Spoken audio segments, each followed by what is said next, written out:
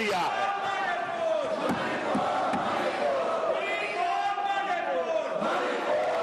आप सबको शोले फिल्म के मौसी जी याद होगी।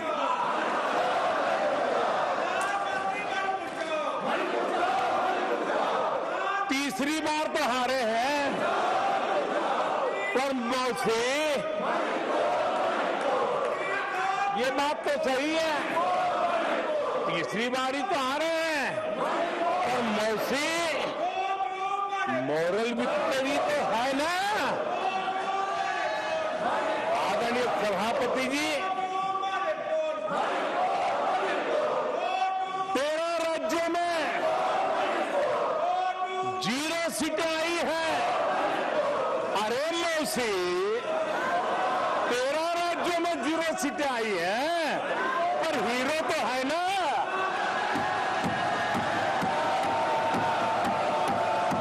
आदरणीय सभापति जी, अरे पार्टी की लुटिया तो डुबई है। अरे मौसी, पार्टी अभी भी सांसें तो ले रही है।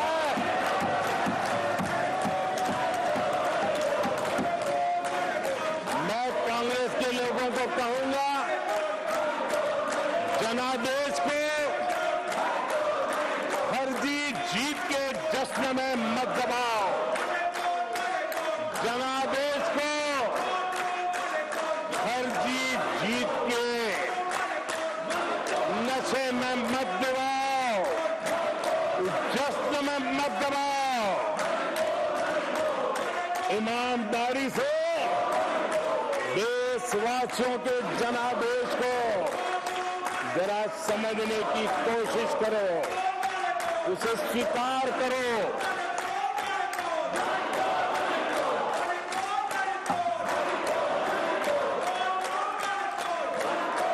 आदरणीय सभापति जी, मुझे नहीं पता कि कांग्रेस के जो साथी दल है,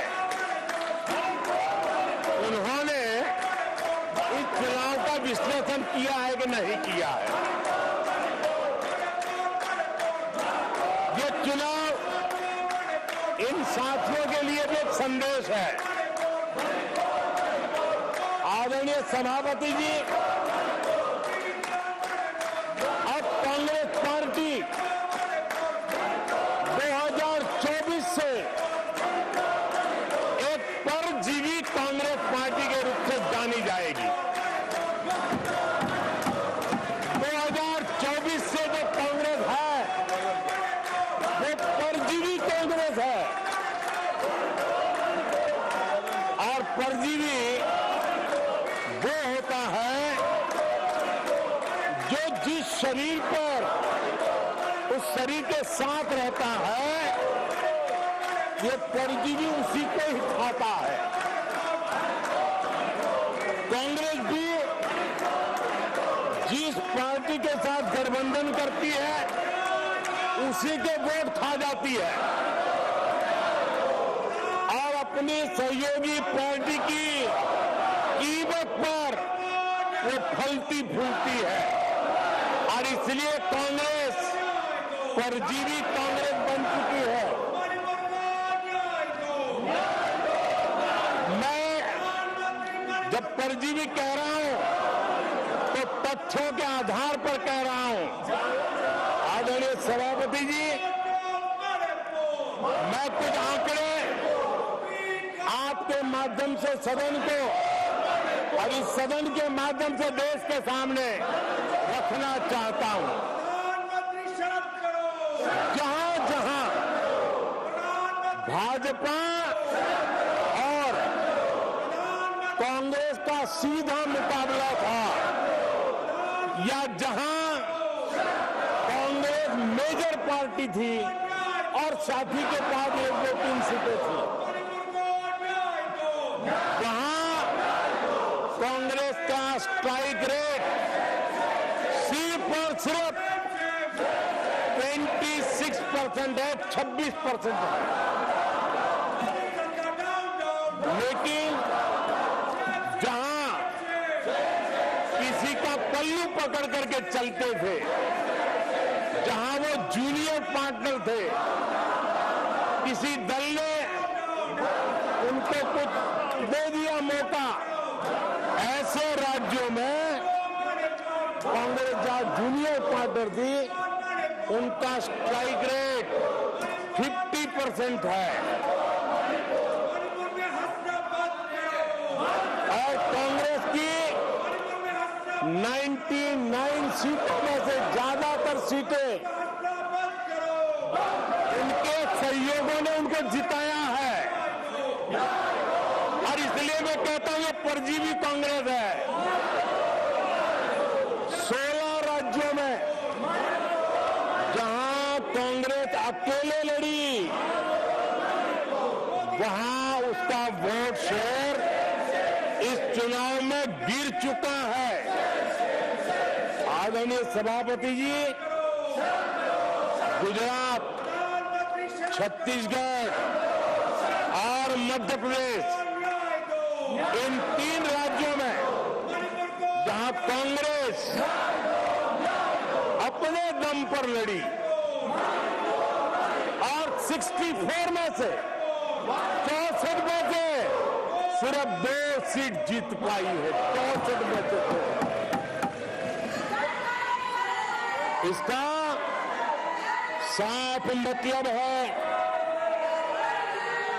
कि इस चुनाव में कांग्रेस पूरी तरह परजीवी बन चुकी और अपने सहयोगी दलों के कंधे पर उन्होंने चढ़ करके ये सीटों का आंकड़ा बढ़ाया है। अगर कांग्रेस ने अपने सहयोगियों के जो वोट खाए हैं, वो अगर न खाए होते तो लोकसभा में उनके लिए इतनी सीटें जीत पाना भी बहुत मुश्किल था।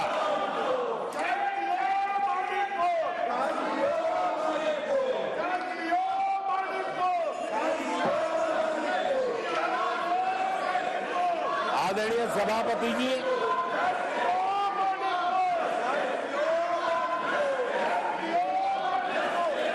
ऐसे समय एक अवसर आया, देश ने विकास के रास्ते को चुना है, देश ने विकसित भारत के सपने को साकार करने का मन बना लिया है। तब भारत को एकजुट होकर समृद्धि का नया सफर तय करना है। ऐसे समय ये देश का दुर्भाग्य है कि हिंदुस्तान में 6 दशक तक राज करने वाली कांग्रेस पार्टी अराजकता फैलाने में जुटी हुई है। ये दक्षिण में जाकर उत्तर के लोगों के खिलाफ बोलते हैं, ये उत्तर में जाकर के पश्चिम के खिलाफ जहर उगलते हैं, पश्चिम के लोगों के खिलाफ बोलते हैं, महापुरुषों के खिलाफ बोलते हैं। इन्होंने भाषा के आधार पर बांटने की हर कोशिश की है। जिन नेताओं ने देश के हिस्से को भारत से अलग करने की वकालत की थी, उनको संसद की टिकट देने तक का दुर्भाग्य हमें देखना पड़ा, जो कांग्रेस पार्टी ने पाप किया। कांग्रेस पार्टी खुलेआम एक जाति को दूसरी जाति के खिलाफ लड़ाने के लिए रोज नए नैरेटिव गढ़ रही है, नए अफवाहें फैला रही है। आदरणीय सभापति जी, देश के एक हिस्से के लोगों को हीन बताने की प्रवृत्ति का भी कांग्रेस के लोग बढ़ावा दे रहे हैं। आदरणीय सभापति जी, कांग्रेस देश में आर्थिक अराजकता फैलाने की दिशा में भी सोची समझी चाल चल रही है। चुनाव के दौरान जो बातें की गई राज्यों में, उनके राज्यों में जिस प्रकार से आर्थिक कदम उठा रहे हैं, वो रास्ता आर्थिक अराजकता की तरफ देश को घसीटने वाला है। उनके राज्य देश पर आर्थिक बोझ बन जाए, ये खेल जानबूझ करके खेला जा रहा है। मंचों से साफ साफ घोषणा की गई, अगर इनके मन का परिणाम नहीं आया, 4 जून को देश में आग लगा दी जाएगी, लोग इकट्ठे होंगे, अराजकता फैलाएंगे। ये अधिकृत रूप से आह्वान किए गए, ये अराजकता फैलाना इनका मकसद है। भारत की लोकतांत्रिक प्रक्रिया को सवालों के घेरे में लाकर अराजकता फैलाने का प्रयास किया गया है। सीएए को लेकर जो अराजकता फैलाई गई, देश के लोगों में गुमराह करने का जो खेल खेला गया, पूरी इकोसिस्टम इस बात को बल देती रही ताकि उनके राजनीतिक मकसद पूरे हो। आदरणीय सभापति जी, देश को दंगों में झोंकने के भी कुत्सित प्रयास पूरे देश में देखे हैं। आदरणीय सभापति जी,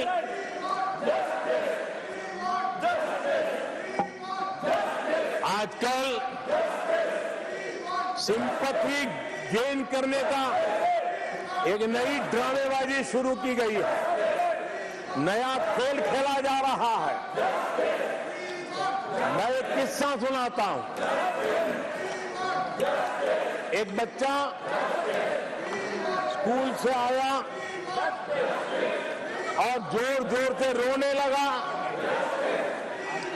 और उसकी मां भी डर गई, क्या हो गया, बहुत रोने लगा और फिर कहने लगा, मां मुझे आज स्कूल में मारा गया, आज स्कूल में मुझे उसने मारा, आज स्कूल में मुझे इसने मारा, और जोरों जोरों से रोने लगा। मां परेशान हो गई। उसने उसे पूछा कि बेटा बात क्या थी, लेकिन वो बता नहीं रहा था, बस रो रहा था, मुझे मारा मुझे मारा।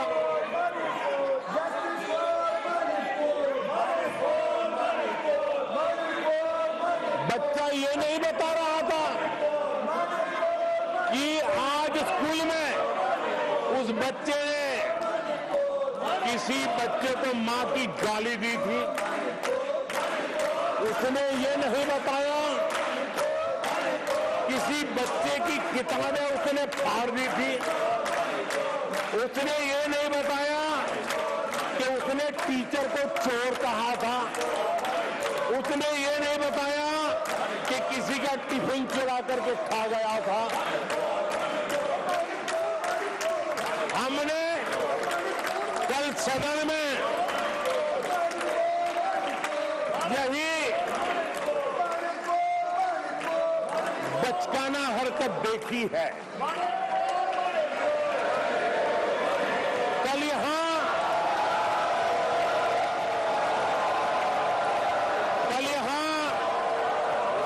बालक बुद्धि का विलाप चल रहा था। मुझे मारा गया, उसने मारा, मुझे उसने मारा, मुझे यहां मारा, मुझे वहां मारा, ये चल रहा था। आदरणीय सभापति जी, सिंपैथी हासिल करने के लिए ये नया ड्रामा चलाया गया है, लेकिन ये सच्चाई जानते हैं कि ये हजारों करोड़ रुपए उसकी हेराफेरी के मामले में जमानत पर बाहर है।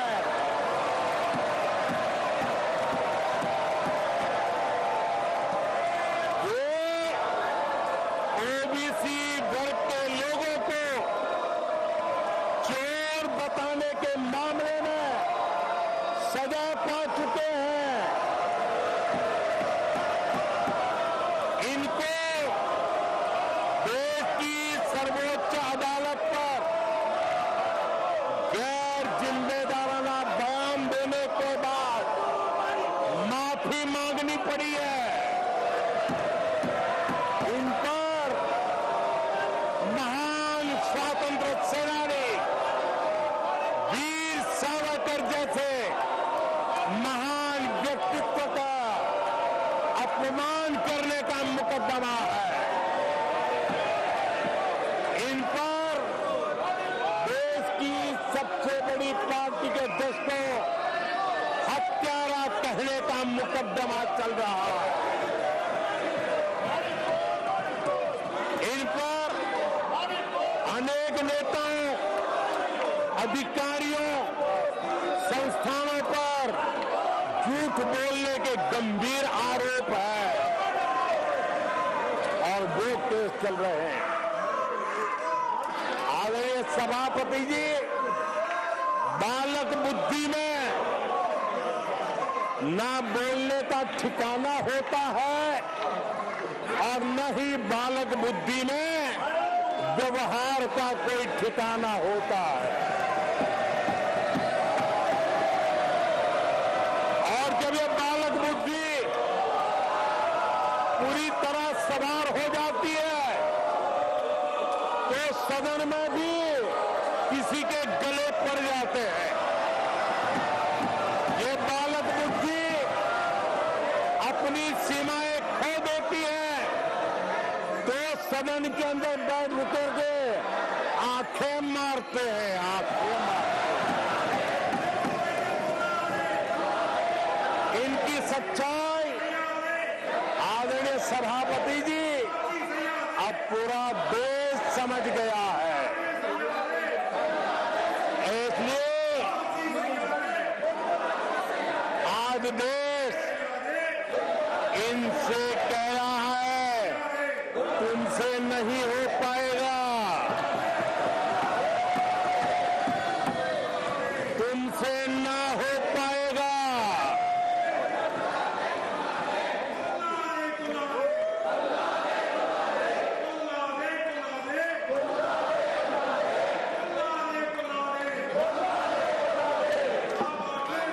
बैठिए माननीय स्पीकर, ये तरीका आदरणीय अध्यक्ष जी,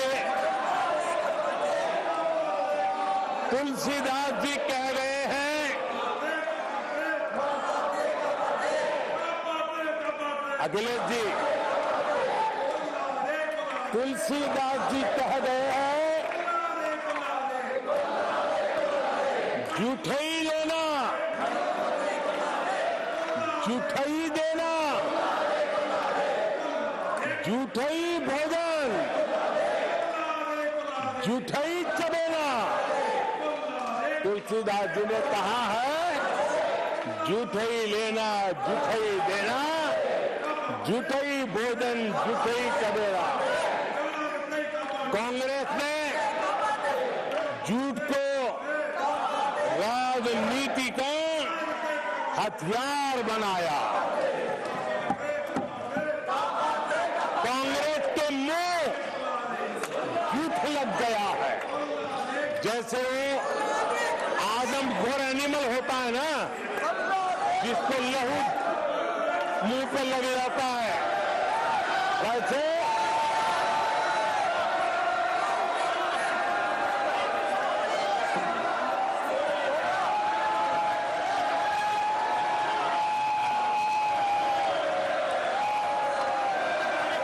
आदरणीय सभापति जी, कांग्रेस के मुंह झूठ का खून लग गया है। देश ने कल 1 जुलाई को खटाखट दिवस भी मनाया है।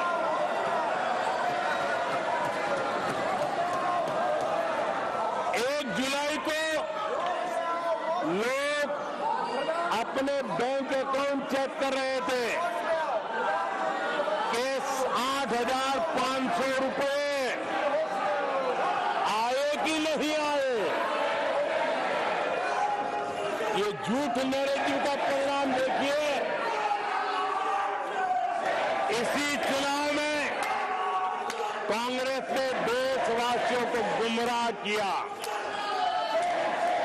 माताओं बहनों को हर महीने 8,500 रुपये देने का झूठ इन माताओं के बहनों के दिलों को जो चोट लगी है ना, वो सांप बन करके ये कांग्रेस को तबाह करने वाली है। आदरणीय सभापति जी, ईवीएम को लेकर झूठ, संविधान को लेकर झूठ, आरक्षण को लेकर झूठ, उससे पहले राफेल को लेकर झूठ, HAL को लेकर के झूठ, LIC को लेकर के झूठ, बैंकों को लेकर झूठ, कर्मचारियों को भी भड़काने के प्रयास हुए। हौसला तो इतना बढ़ गया कि कल सदन को भी गुमराह करने का प्रयास हुआ। कल अग्निवीर को लेकर सदन में झूठ बोला गया। कल यहां भरपूर असत्य बोला गया कि MSP नहीं दिया जा रहा। अध्यक्ष जी, संविधान की गरिमा से खिलवाड़ ये सदन का दुर्भाग्य है। और अनेक बार लोकसभा में जीत करके आए लोग सदन की गरिमा के साथ खिलवाड़ करें, ये शोभा नहीं देता है। आदरणीय सभापति जी, जो दल 60 साल तक यहां बैठा है, जो सरकार के कामों को जानता है, जिसके पास अनुभवी नेताओं की श्रृंखला है, वे जब अराजकता के इस रास्ते पर चले जाएं, झूठ के रास्ते को चुन ले, तब देश गंभीर संकट की तरफ जा रहा है, इसका सबूत मिल रहा है। आदरणीय सभापति जी, सदन की गरिमा से खिलवाड़ ये हमारे संविधान निर्माताओं का अपमान है, इस देश के महापुरुषों का अपमान है, देश के लिए आजादी के लिए बलिदान देने वाले वीर सपूतों का अपमान है। और इसलिए आदरणीय सभापति जी, मैं जानता हूं आप बहुत सहृदयी हैं, आप उदार मन के मालिक हैं, आप संकट के समय में हल्की फुल्की मीठी मुस्कान के साथ चीजों को झेल लेते हैं। लेकिन आदरणीय सभापति जी, अब जो हो रहा है, कल जो हुआ है, वो गंभीरता से लिए बिना संसदीय लोकतंत्र को हम रक्षित नहीं कर पाएंगे। आदरणीय सभापति जी, इन हरकतों को बालक बुद्धि कहकर के, बालक बुद्धि मान करके हम नजरअंदाज नहीं करना चाहिए, कतई नजरअंदाज नहीं करना चाहिए। और मैं इसलिए कह रहा हूं कि इसके पीछे इरादे नेक नहीं है, इरादे गंभीर खतरे के हैं, और मैं देशवासियों को भी जगाना चाहता हूं। आदरणीय सभापति जी, इन लोगों का झूठ हमारे देश के नागरिकों की विवेक बुद्धि पर आशंका व्यक्त करता है।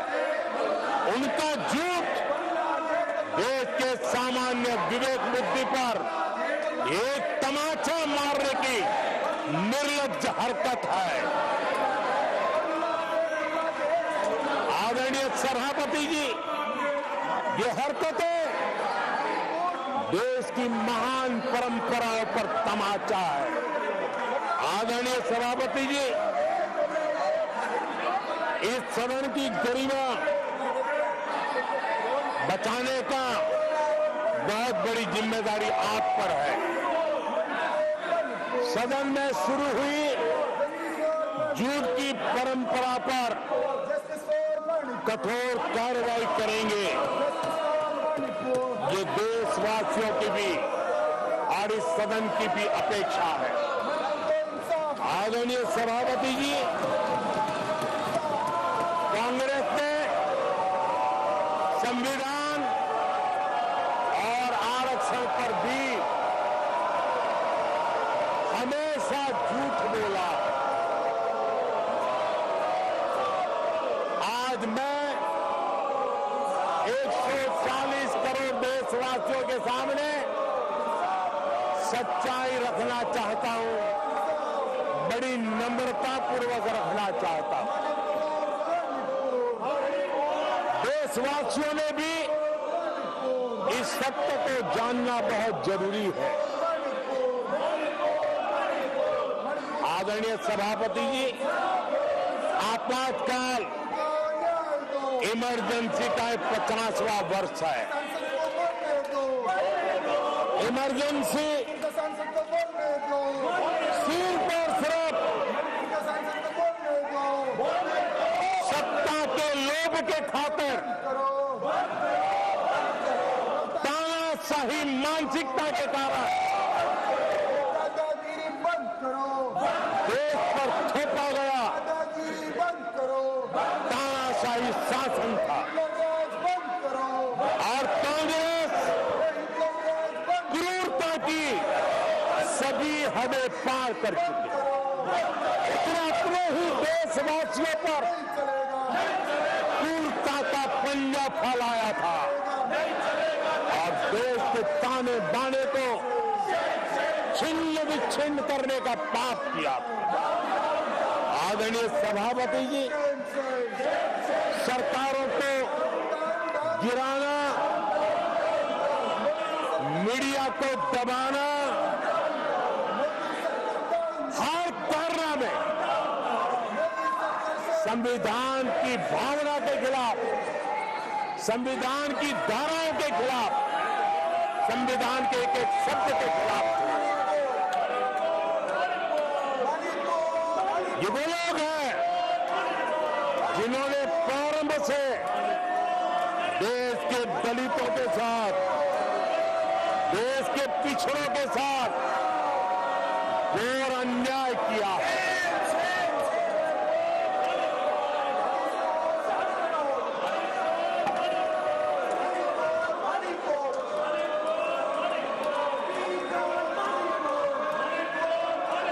आदरणीय सभापति जी, और इसी कारण से बाबा साहब आंबेडकर ने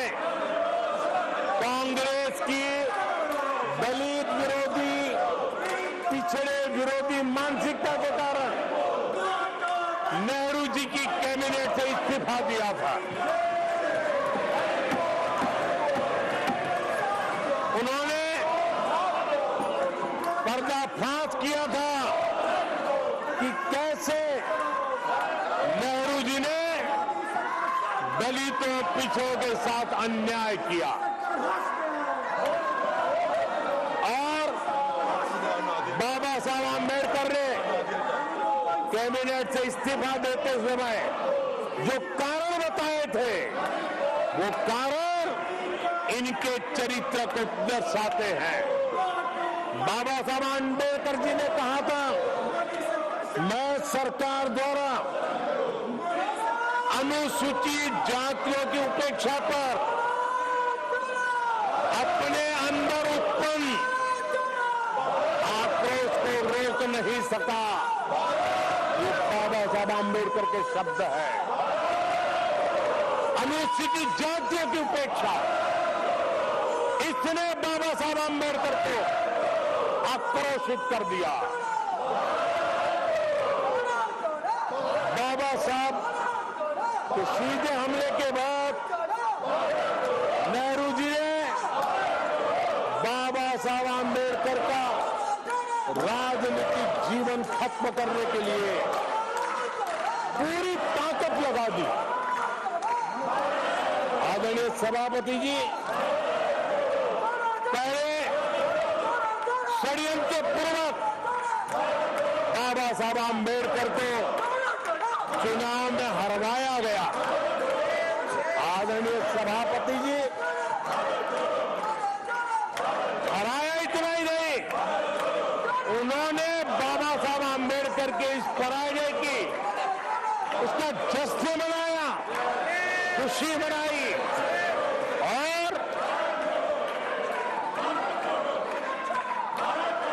खुशी उन्होंने व्यक्त की।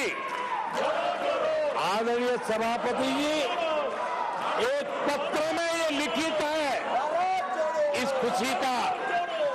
आदरणीय सभापति जी, बाबा साहब की तरह ही दलित नेता बाबू जगजीवन राम जी को भी उनका हक नहीं दिया गया। इमरजेंसी के बाद जगजीवन राम जी का पीएम बनने की संभावना थी। इंदिरा गांधी जी ने पक्का किया कि जगजीवन राम जी किसी भी हालत में पीएम न बने और एक किताब में लिखा गया है कि किसी भी कीमत पर जगजीवन राम प्रधानमंत्री नहीं बनने चाहिए। अगर बन गए तो वो हटेंगे नहीं जिंदगी भर।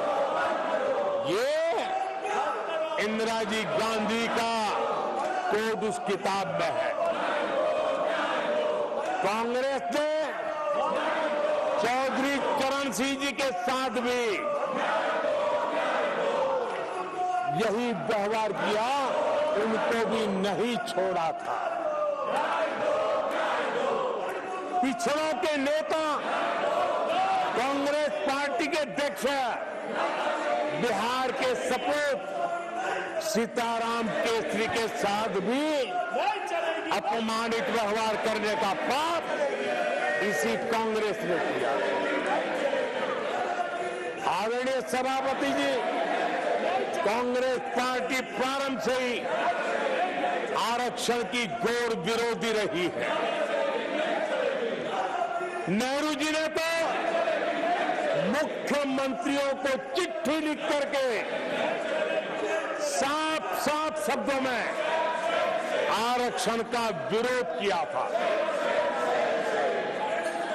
कांग्रेस के एक प्रधानमंत्री श्रीमती इंदिरा गांधी जी ने मंडल कमीशन का रिपोर्ट ठंडे बक्से में सालों तक दबाए रखा था। आदरणीय सभापति जी, कांग्रेस पार्टी के तीसरे प्रधानमंत्री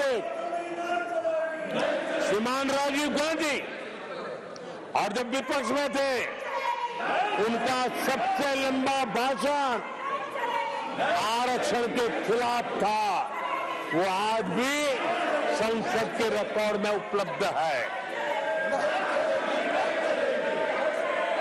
और इसलिए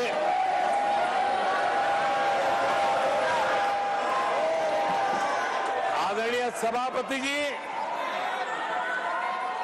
मैं आज एक गंभीर विषय पर आपका और देशवासियों का ध्यान आकर्षित करना चाहता हूं।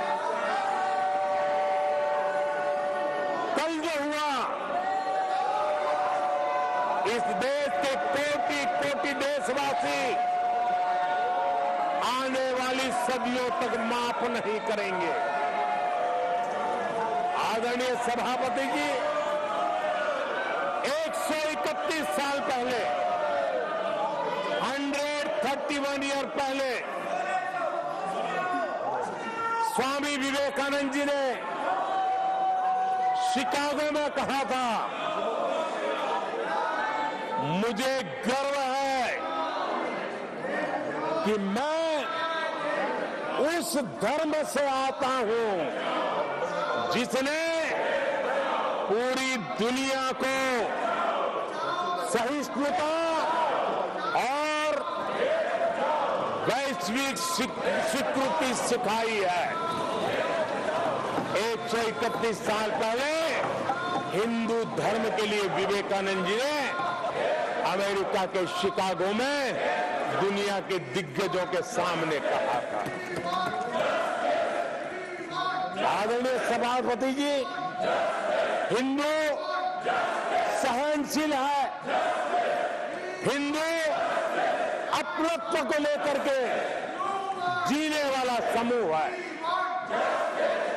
इसी कारण भारत का लोकतंत्र, भारत की इतनी विविधताएं, उसका वैविध्य की विराटता आज उसी के कारण पनपी है और पनप रही है। आदरणीय सभापति जी, गंभीर बात है कि आज हिंदुओं पर झूठा आरोप लगाने की साजिश हो रही है, गंभीर षड्यंत्र हो रहा है।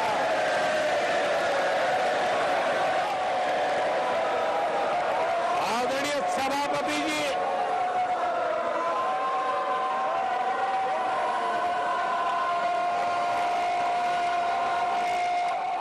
सभापति जी,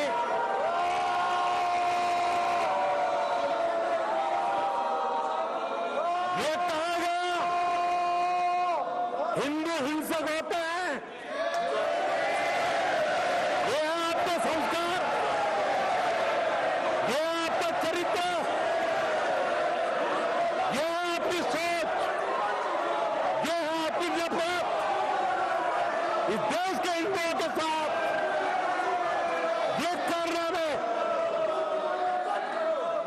आदरणीय सभापति जी, ये देश शताब्दियों तक इसे भूलने वाला नहीं है।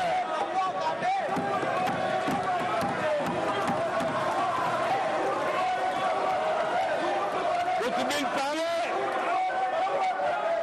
हिंदुओं में जो शक्ति की कल्पना है, उसके विनाश की घोषणा की गई थी। आप किस शक्ति की विनाश की बात करते हैं? ये देश सदियों से शक्ति का पास है। ये मेरा बंगाल मां दुर्गा की पूजा करता है, शक्ति की उपासना। ये बंगाल मां काली की उपासना करता है, समर्पित भाव से करता है। आप उस शक्ति के विनाश की बातें करते हो। ये वो लोग हैं जिन्होंने हिंदू आतंकवाद ये शब्द गढ़ने की कोशिश की थी।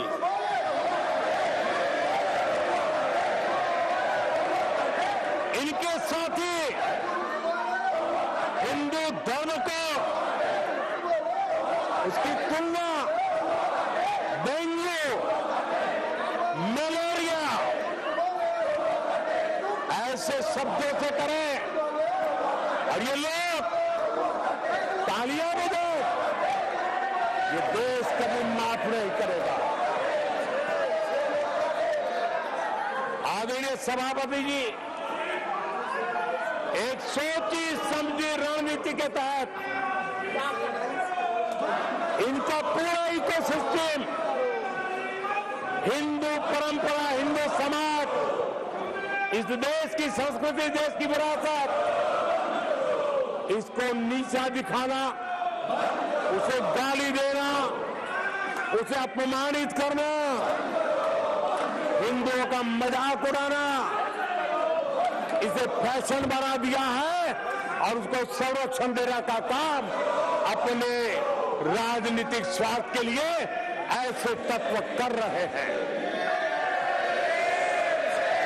आदरणीय सभापति जी,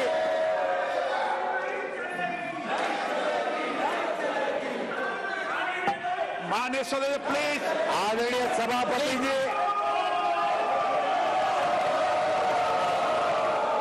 हम बचपन से सीखते हुए आए हैं, गांव का हो, शहर का हो, गरीब हो, अमीर हो, इस देश का हर बच्चा ये जानता है ईश्वर का हर रूप, आदरणीय सभापति जी, ईश्वर का हर रूप दर्शन के लिए होता है। ईश्वर का कोई भी रूप निजी स्वार्थ के लिए, प्रदर्शन के लिए नहीं होता है। जिसके दर्शन होते हैं उसके प्रदर्शन नहीं होते हैं। आदरणीय सभापति जी, हमारे देवी देवताओं का अपमान 140 करोड़ देशवासियों के दिलों को गहरी चोट पहुंचा रहा है।